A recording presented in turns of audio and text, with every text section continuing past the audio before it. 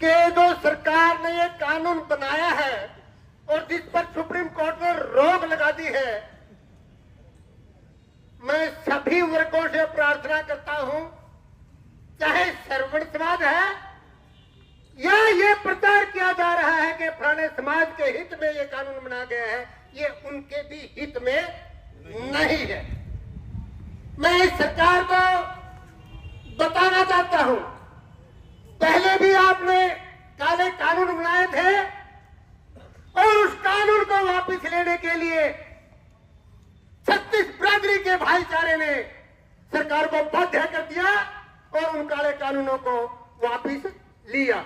भले ही किसी विशेष वर्ग की संख्या उसमें ज्यादा थी, लेकिन उस यज्ञ के अंदर आहुति 36 बिरादरी की थी।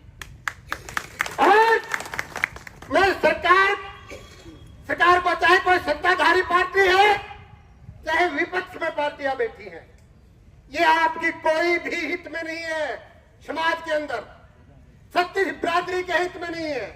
ये अंग्रेजों की चाल है, डिवाइड एंड रूल, फूट डालो राज करो। हमारे अंदर फूट नहीं होगी। मेरे दूसरे वर्ग के दो भाई हैं, वो भी हमारे साथ हैं।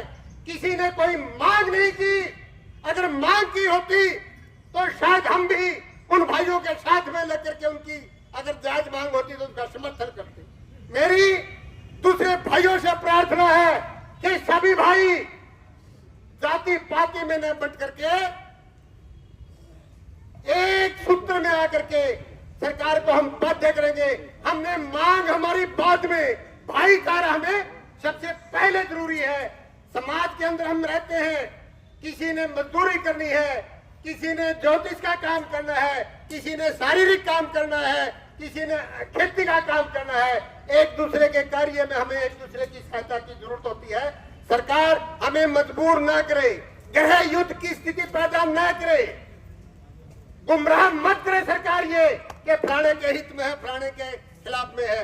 मैं आप लोगों को एक बात बताना चाहता हूं, मेरी खापों से भी निवेदन है, क्योंकि हम खापों के जो आदमी हैं, हम 36 बिरादरी का भला चाहते हैं, किसी विशेष वर्ग का भला नहीं चाहते। किसी के साथ अगर कोई ज्यादती होती है, भले ही वह किसी दूसरे वर्ग से हो, तो आर्थिक स्थिति उसकी कमजोर हो, घर उसके कम हो, हम नहीं चाहते कि अगर किसी का जोर नहीं है उसके साथ ज्यादती हो। हम अंदर समाज के अंदर चिट्ठी जारी करके ये पता लगाते हैं कि इस आदमी के साथ ज्यादती हो रही है, अन्याय हो रहा है या न्याय हो रहा है। अगर अन्याय हो रहा है